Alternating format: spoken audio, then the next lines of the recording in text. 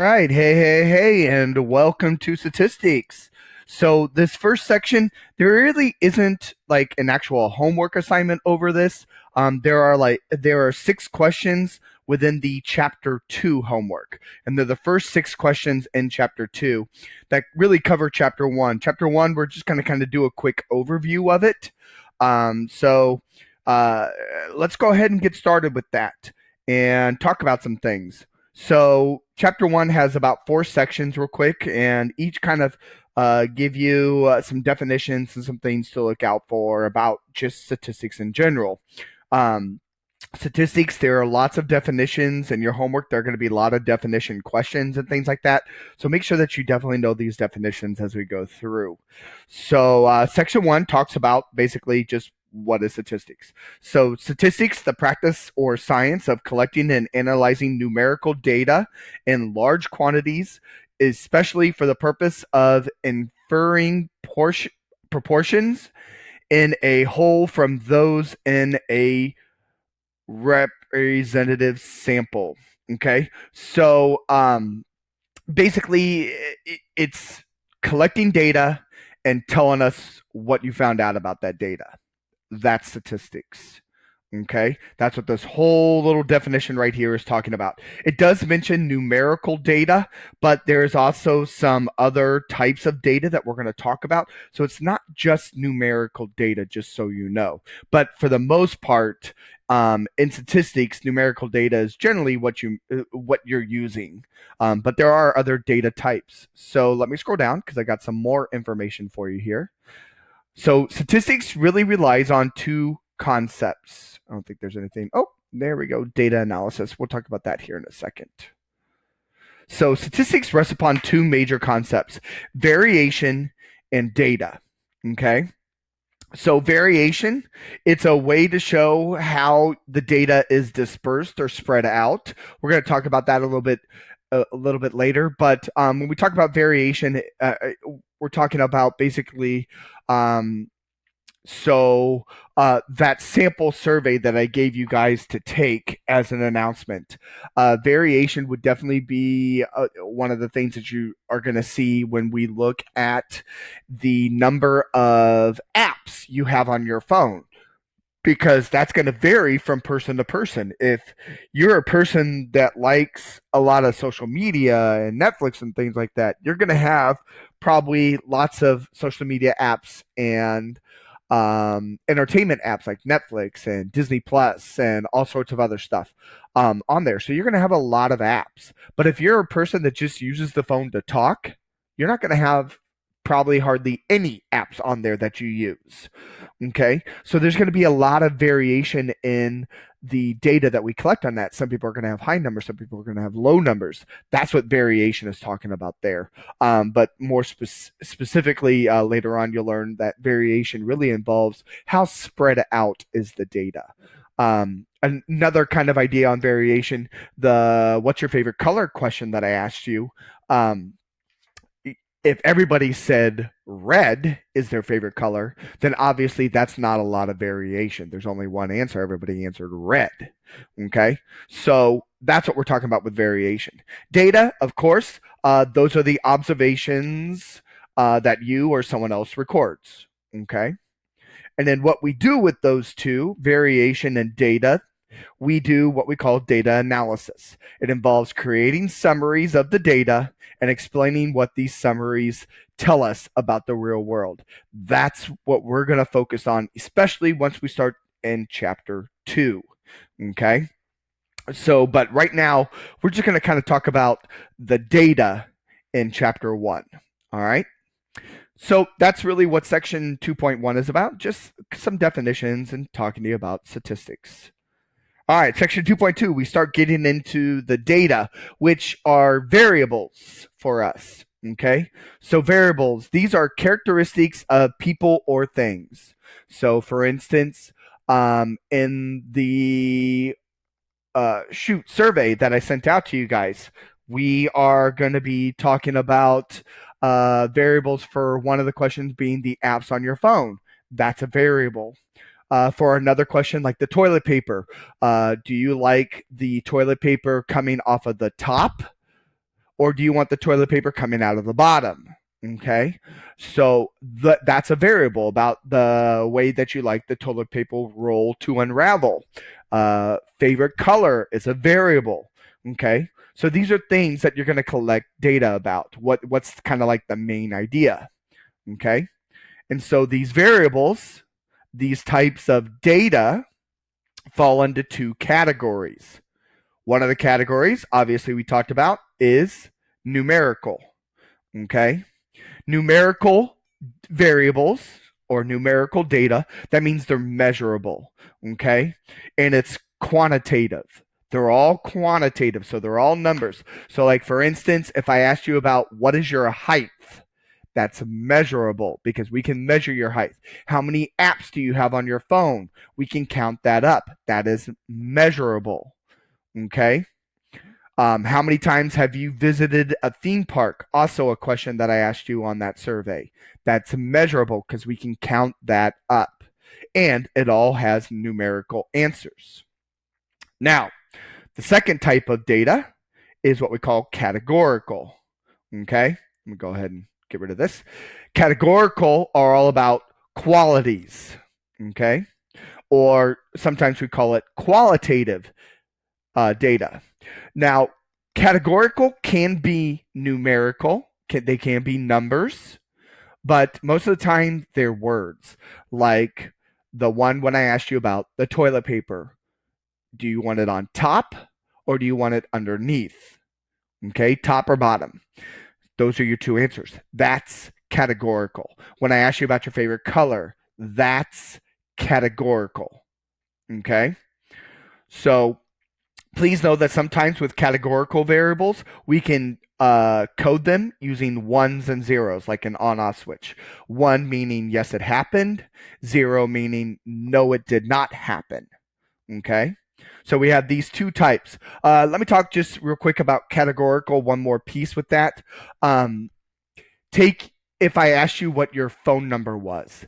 Now that is a categorical answer because your phone number, even though it is all numbers, that links directly to you. Okay, it's like a characteristic of you. Okay, so another one, if you played sports and you had a number on your jersey, that number on your jersey is linked to you. That is a categorical data. Even though it's a number, it's not measurable. That number that's on your jersey or that phone number is a quality or description of you. Okay, so I just wanted to give you some examples of some numerical values that are actually categorical. Your social security number is categorical, it is a characteristic of you. Okay, so two types of variables that we're going to deal with: numerical and categorical. So most of the statistics deals with numerical, but there are chances where we can deal with the categorical. Okay. All right, so I have a chart here. Just want to show you some things and talk about some stuff that you know. Up here, these are the variables. Okay, so these could be ages of students in a class. All right, or not ages of students, but students in my college mathematics class. This isn't really from a college mathematics class, but these are just some ways that we can ask information. We've got different variables up here, and each of these variables, they are either numerical or they are categorical. So go ahead and take a look through. You can see some of those features that I talked about down here, like right here. This is a coding feature. Okay, I'll talk about that here in a moment. But look at this, and I want you to think which ones are the categorical, which ones are the numerical, and think about it. Okay, so hopefully you said that the male, the eye color, and the right-handedness, or handedness, I should say, those are all categorical. Okay, because they are not measurable. Okay, can't measure being right-handed or left-handed. You can't measure your eye color, and you can't measure whether you're male or not. Okay? Everything else is numerical because we can count up how old you are. We can figure that out. That's measurable. We can measure your shoe size. Shoe size. We can measure your height. We can weigh you. We can count up the number of siblings. We can count up the number of college credits you had this semester. So all of those are numerical. Okay? Couple other things that I want you to know about. Right here, this is the coding that I was talking about. Generally, with coding, I mean, we could have titled this as sex, and you would either be female or male. But they went ahead and coded this, and they just titled it male. Where if you are male, you get the number 1. It's like being an on-off button. Okay. If you are a 0, that means you are female. So this first person right here is male. Then I have 3 females. Then I have another male. Then I have a female, a male, 2 females, male and a female. Okay. So just wanted to kind of give you a heads up on that. I know some of the questions that you might have in your assignment would be like what I just did. What up here is categorical, or what up here is numerical. They might say, hey, can you take the eye color and sees most everybody is brown? Can you turn this into a coding? Well, a way that we could turn this into coding right here is we could have the variable up top be the eye color of brown. And then everybody down below is either a 1 or a 0. You're a 1 if your eye color is brown. You're a 0 if it's not brown. Okay? So we could code this as 1s and 0s, with 1 being brown and 0 being some other eye color. So it'd be 1, 0, 1, 1, 1, 0, 0, 1, 1, 1, 1. See, we could code it like that. So I know some of the questions that you will run into ask you to do those type of things. Okay? All right. So moving on. Now, with data, there are situations where we're going to want to know, are we dealing with a population or are we dealing with a sample? So we need to talk about the difference between those two. Okay? So population means that it is a data set that contains all the information about everyone or everything with respect to whatever variable we're studying. So, for example,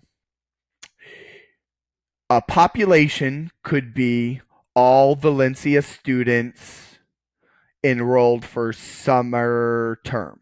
Okay? That would be a population. And I would have to know every single thing about every single student in that population. Okay? A sample would be a data set of individuals or objects collected or selected from a statistical population. Okay? So an example of that would be, I just want to sample my class of students in statistics, STA2023. So you guys would be a sample. And generally what happens is most of the time populations are way too big for us to know everything about. Okay? Like, it would be tough for me to get all information from every single Valencia student enrolled in the summer term. So I could take a sample of those that I already have access to, which would be you who are enrolled in STAT 2023. Okay? So sample, that's why we have them. They're much easier to gain access to than sometimes the population, because sometimes the population is just too big for us to deal with on our own. Okay? Like, the United States Census does a very good job of getting the population. Do they really get everybody? No, but they get darn close. Okay?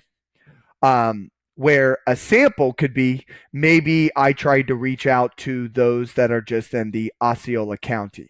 Now, still, that would be a huge sample. That would be a huge undertaking on my part. But that's kind of the idea of a population, all of the U.S. versus a sample, which would be maybe we just talk to those in the Osceola County. Okay. So, population, you need to know everything about everyone that you're looking at. A sample would be like we're going to take a piece out of the whole thing. Okay. That's the idea of a population and a sample. So I believe in your assignment, I don't think there's any questions about whether it's a population or a sample. Nope, you don't have any of those kind of questions, but it is important to know the difference between a population and a sample. So data, there are ways that we can look at data, okay? And it is, we call that stacked data versus unstacked data. Let me show you an example of this. So, I define it first. Stacked data, these are the values for all groups in a single column. Unstacked data, each column contains observations for one group. Okay? So stacked data is like what you saw right over here. This is all stacked data.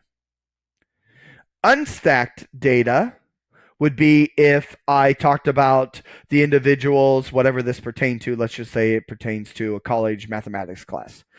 An unstacked data is if I took this column right here and I said how many males and how many females I had. Okay? And I unstacked it. Okay? So I had a column for males and a column for females. So I'll give you another example right here. So I can talk about height and gender. And so this this display right here, this data display, this is stacked because I have all my genders in this column, male and female together. I have all their heights together in here. This is unstacked, where I took just the men's height in one column and just the women's height in one column. Okay? So stacked means they're all together. I've got a category and everybody's inside it. It's not just one idea. I have males and females. Okay. Height, it's not just one idea that we're dealing with here. We got males and females. Unstacked means I separate them out. I've got men's heights, I got women's heights. Okay. All right. So I've got some questions here. I want to know, is this stacked or is this unstacked? Think about it. If it is stacked, I want you to unstack it. If it's unstacked, I want you to put it back together. And go.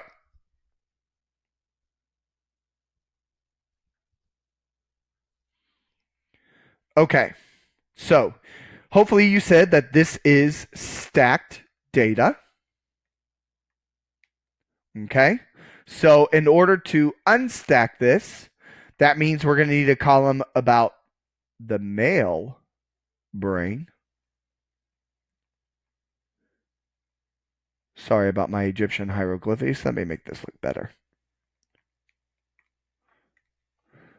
So the male brain and the female brain. Okay? This is how we will unstack it. Because ones represent male, zeros represent female. So I've got a male that is 9.4.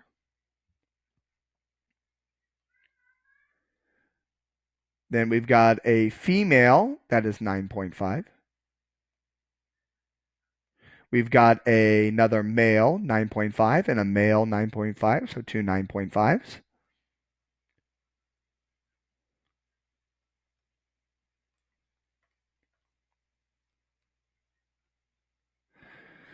We've got another 9.5 in a female. Oops. Okay. We got a male that's 9.7 and a female that's 9.9. So we'll come down here and 9.7. And that right there, that's what an unstacked data would look like. Okay, see how we got all male brains in this column. There's nothing else mixed in with it, and all females in this column. Okay, so go ahead and look at this one. Again, repeat the same thing. Tell me if it's stacked or unstacked. If it's stacked, unstack it. If it's unstacked, stack it back up. And go.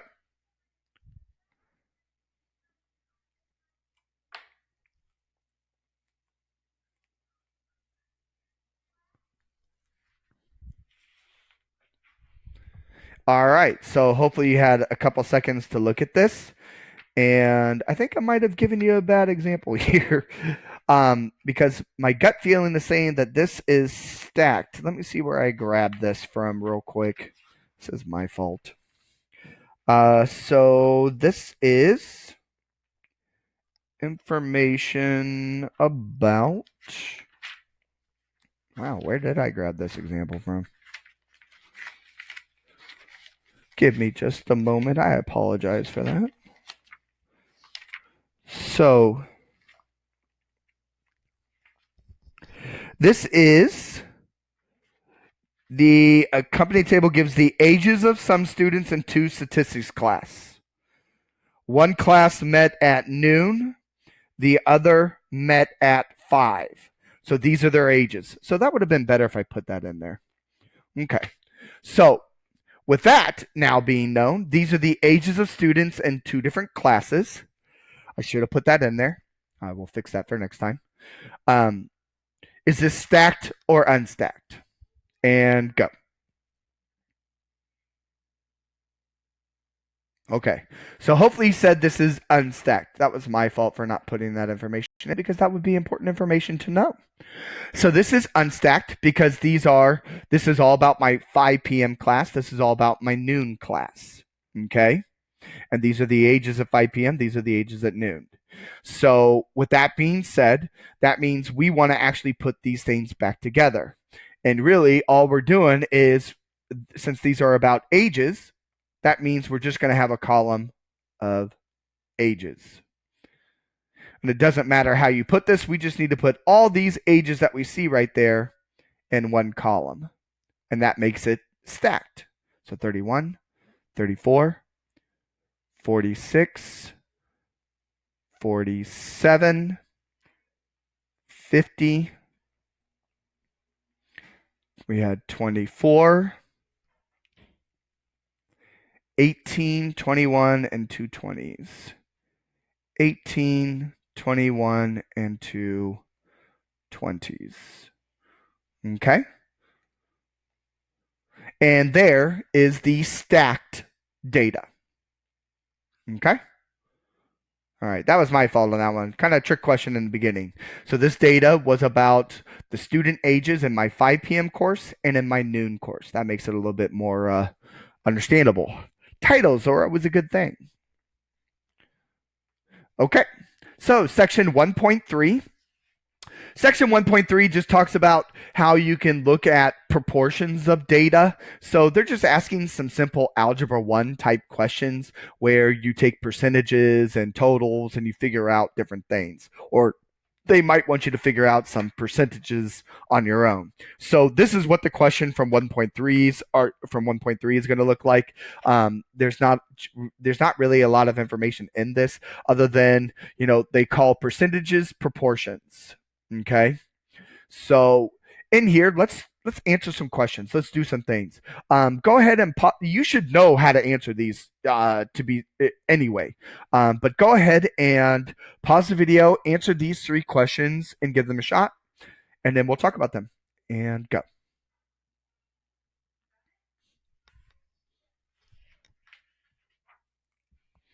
Okay, so let's talk about this. So part A says a hospital employs 346 nurses and 35% of them are male.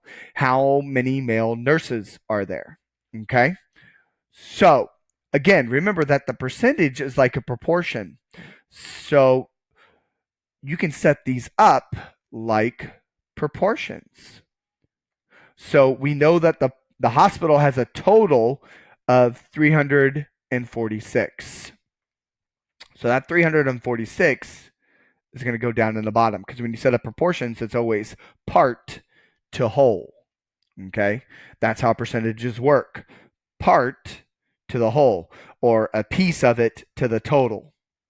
Okay, and up here, this is X because we're looking for how many males there are in the total.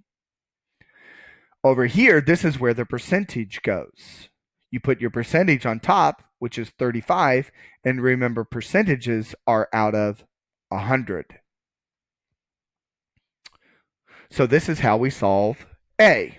And all you have to do is cross multiply. So that's 100x equal to 346 times 35, which is 12,110. And then all you got to do is divide by 100. Okay? Divide by 100, divide by 100, and x is equal to 121.1. But again, this is weird. We can't have 0.1 of a male nurse. I don't even know what 0.1 of a person would look like. Is it just his fingers walking around? What? So in this, I mean, the book or the problem will tell you how to round. Let me see here. It says for this, you round to round to the nearest whole number. So if you're dealing with people, obviously you're going to round to the nearest whole number. So our real answer would be 121 males. That's how these questions work. I mean, you're just working with percentages or the proportions they give you, and you figure out some information. So that's how A works. So if you didn't know that, go ahead and try B and C now. Pause the video. Okay, so B is all about the percentage. Well, B is a little bit easier to deal with because all you got to do is take the part and divide it by a whole, and that tells you the percentage. Okay, it says an engineer firm employs 178 engineers, and 112 of them are male. What percentage of engineers are female?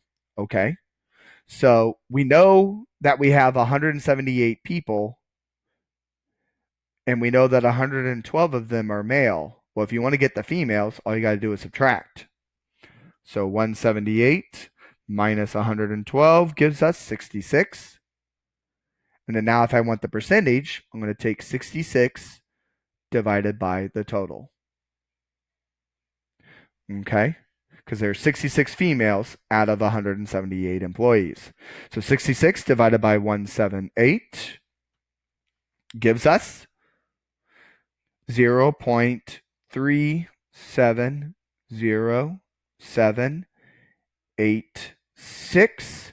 And well, it keeps going, and there's a 5169. That's what I see on my calculator. Remember to get this is the decimal version of the percent. So if you want the actual percentage, you need to multiply it by 100, or you can just move the decimal 2 places to the right.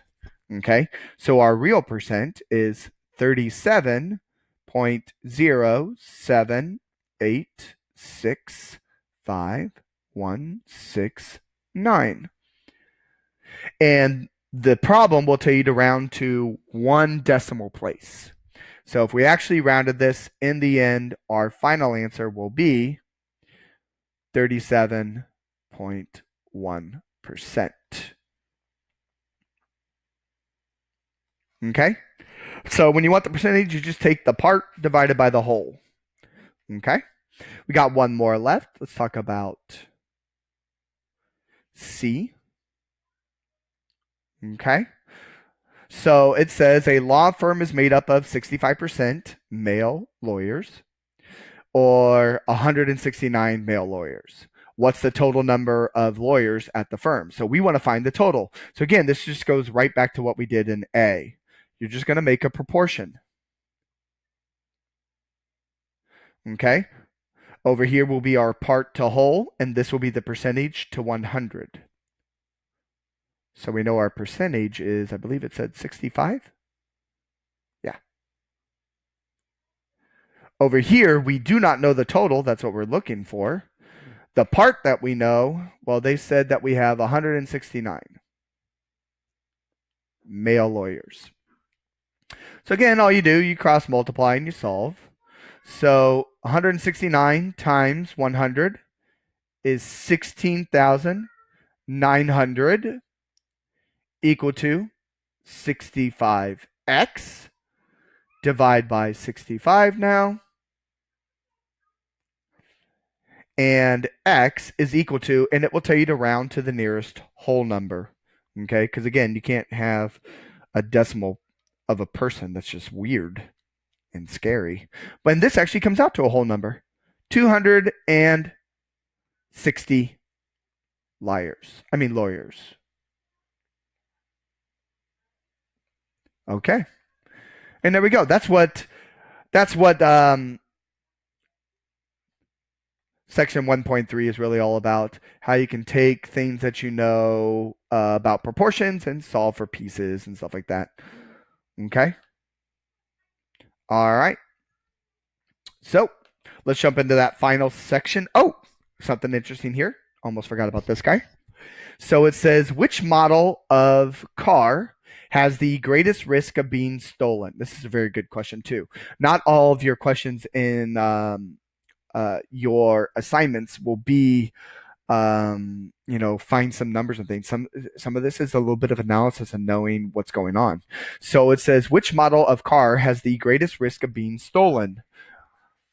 The Highway Loss Data Institute reports that Ford F-250 pickups is the most stolen car. 7 Ford 250s are reported stolen out of every 1,000 that are insured. By way of contrast, the Jeep Compass is the least stolen. Only 0.5 Jeep Compass is reported stolen for every 1,000 insured.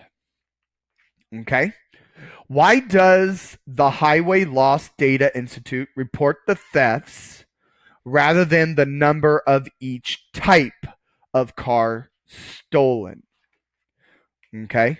So that's a question. Why are they reporting it this way than reporting the number of each type of car stolen? Okay.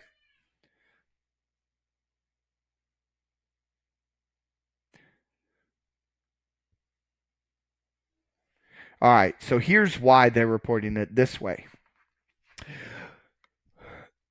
What's going on here is if you look at the number of each type of car stolen,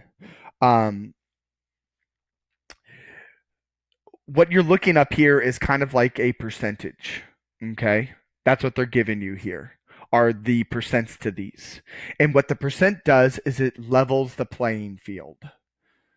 Okay, and if we did it by each type of car, say that F-250s, say that we say 50 of them are stolen out of 100. Okay, that means there are 50 F-250s that are stolen out of a total of 100 F-250s. Now, let's say we go to the Jeep and say that there are 50 Jeeps stolen out of 1,000 Jeeps that are actually reported. Those two, the Jeeps are going to look like it's not comparing apples to apples, if you get what I'm saying. Okay, there are 1,000 Jeeps versus 100 F-250s. That's not the same. But when you convert them into percentages, they're now out of 100. Okay, it levels the playing field. Okay, It's so that you can actually look at what is the percentage of this car being stolen and what is the percentage of this car being stolen. All right. It makes it a little bit more sense. That's why they're reporting it this way instead of talking about the number of each type of car stolen. Okay. Because there could be a whole lot more Jeeps out there in the world than there are F-250s. Okay. And it's a way for us to compare apples to apples. So that's what's kind of being asked in this one. I think that's kind of an interesting question, that the way that we report our data out, sometimes it could be misleading in statistics. So make sure that we have a responsibility that when we report that data out, that it's really kind of comparing that apples to apples. Okay. So again, the big thing with this, we don't talk about the number of each type of car stolen, is because um, there could be, more Jeeps than there are F-250s. And if we talk about the number of each type of car stolen, if I had 250 Jeeps out of 1,000 and 50 out of 100, um, that's not apples to apples. It looks like the Jeeps are being stolen more because there's 250 that are stolen out of 50. But again, there's only 100 F-250s, but there's 1,000 Jeeps. So it's not really the same. Not apples to apples. Okay. Last section, section 1.4, basically talks about why we have statistics, why we want to do the statistics. And we use these statistics to help us to determine causality. Causality means that a relationship between two events where one event is affected by the other. So it lets us see that, oh, if this happens, then that happened. There must be causation there. Okay. Statistics help us determine that. And the way that we can help determine that is we have to find ways to collect this data. So in statistics, we have about 3 ways to collect the data that help us determine causality. The first one is anecdotes. Anecdotes is just a story that someone tells about his or her own experience, or it could be from a friend's experience or a relative experience. We don't use this too often because there's too much variability. Okay, so for instance, like when a person tells you that they had a bad experience at a restaurant, maybe that, and then in your mind, now you have it that you don't want to go to that restaurant because your best friend had a bad experience and that restaurant must be bad. Okay. So that's kind of an anecdote situation where maybe it was just, maybe it was just one of those one time things where maybe the waiter or waitress that they had that night was being fired or getting ready to be fired, and they knew it was coming. So they were just sabotaging the restaurant. So again, there's a lot of variability there. You don't know why they had that bad experience. Maybe your friend was being a total a-hole, okay, and that's why their experience was bad. So anecdotes is just basically a story passed down from one person to another, and you make your decisions based off of that. Again, there's way too much variability there. The 2 that we like to rely on more than anything are observational studies. Okay. Observational studies, the subjects in the study are put into treatment groups or the control group, either by their own actions or by the decision of someone else who is not involved in the research study. So this one, it's okay, but it could cause what we call confounding variables, and slash or the groups might not be similar. So like if you and your friends are all going to do like a study sometimes, um, and all of because you get a choice of which group that you could be put into or have that possibility, um, you all of your friends could be in the same group, and then say a group of elderly people come to do the same study, and then all of them take the other group. See how these are not similar groups. I mean, you're with all of your friends first and foremost, and then the elderly people are with all their friends, and one is the control group and one is not, and your groups are not even the same. You're a young vibrant group, and then you got the elderly group that's probably worried, probably shouldn't be out anyway because of corona. And so, that's what we're talking about here, creating those confounding variables. And confounding variables, sometimes we call them confounding factors. What that means is that it's the difference between the two groups could be explained, um, why the outcomes are different. So, if you can explain why the outcomes are different between two groups, that's a confounding variable. So, like the example I gave you is there's a huge age difference between them. That's why they're different. Other things, if you know that you're putting yourself in a treatment group, you might hope and believe that the treatment is actually working when it's not. Okay.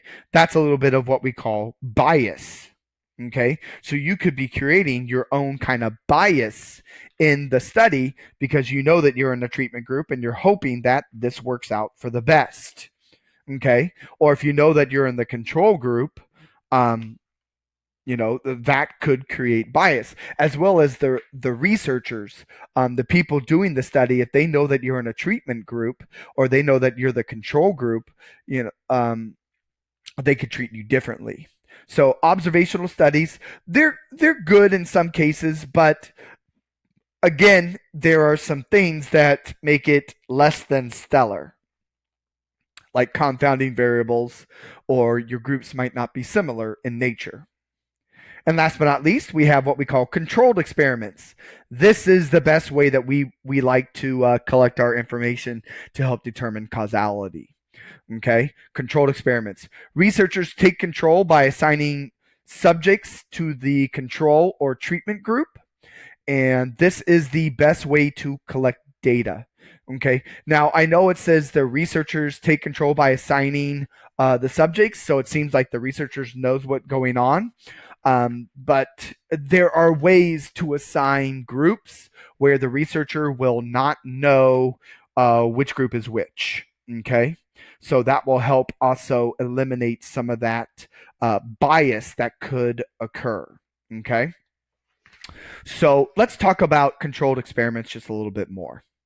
So in controlled experiments, we have what is called the gold standard. Okay, and the gold standard for this um, consists of four things. One, whenever you do a controlled experiment, you want to make sure that it is a large enough sample size.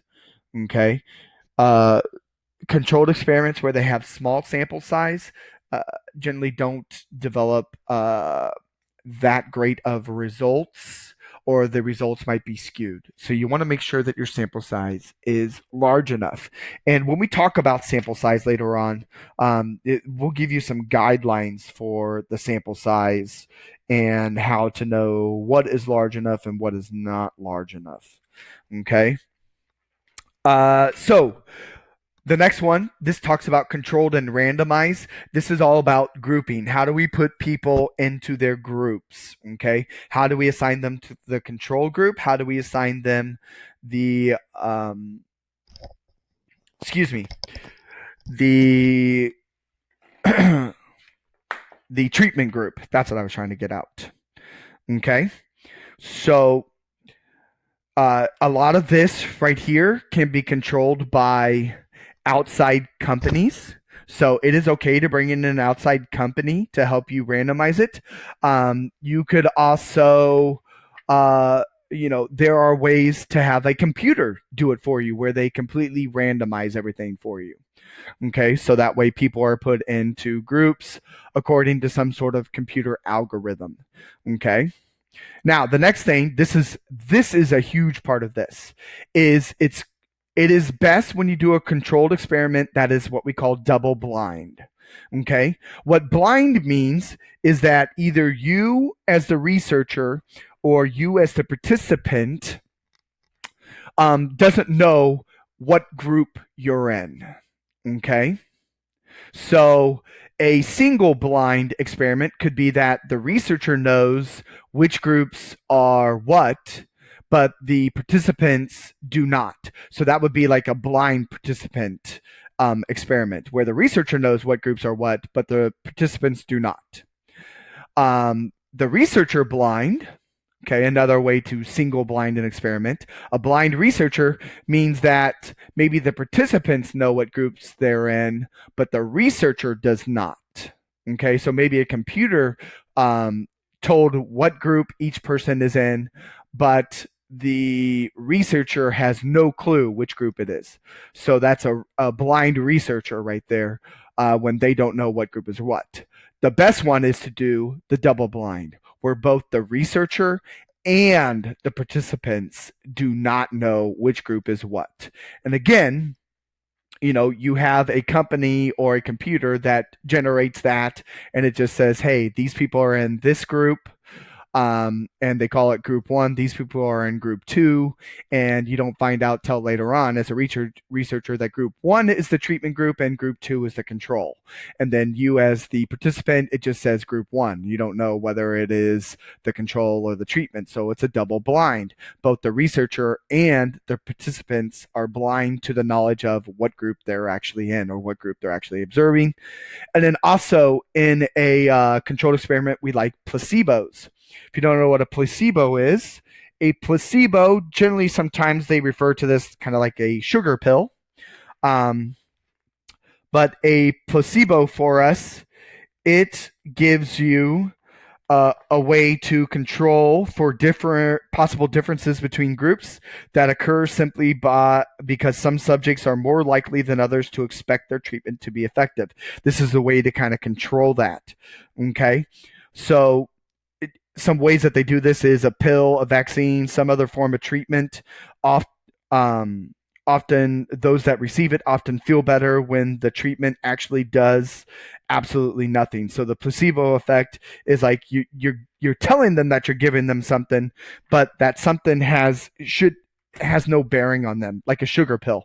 All a sugar pill, it's just sugar. Okay, it goes into your system. It's like eating, raw sugar. Or you can give them a fake vaccine of IV fluid, where all that does is just hydrate you. It's like giving you water. Okay, so that's what a placebo does. It's just you're doing something to the group, but what you're doing has really no effect on them. You're not really giving them anything special. Okay, so placebo effects are a plus. So the last thing that you're going to be dealing with in chapter 1 is they're going to give you some situations, and they're going to want to know, is this observational or is this a controlled experiment? Okay. So let me make this the entire page. So I have 1, 2, 3, 4, 5, 6. Let's go ahead and look at 4 of these. So let's definitely take a look at the first 2. Let me fix that. That's horrible. So let's take a look at the first 2, this guy and this guy, and let's look at number 34 and 36. So go ahead, read these, and tell me what you think about if they are observational studies or controlled studies. And go.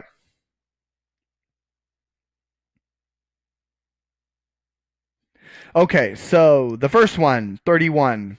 So a student watched picnickers with a large cooler of soft drinks to see whether teenagers were less likely than adults to choose diet soft drinks over regular soft drinks. So hopefully you said this was the observational study.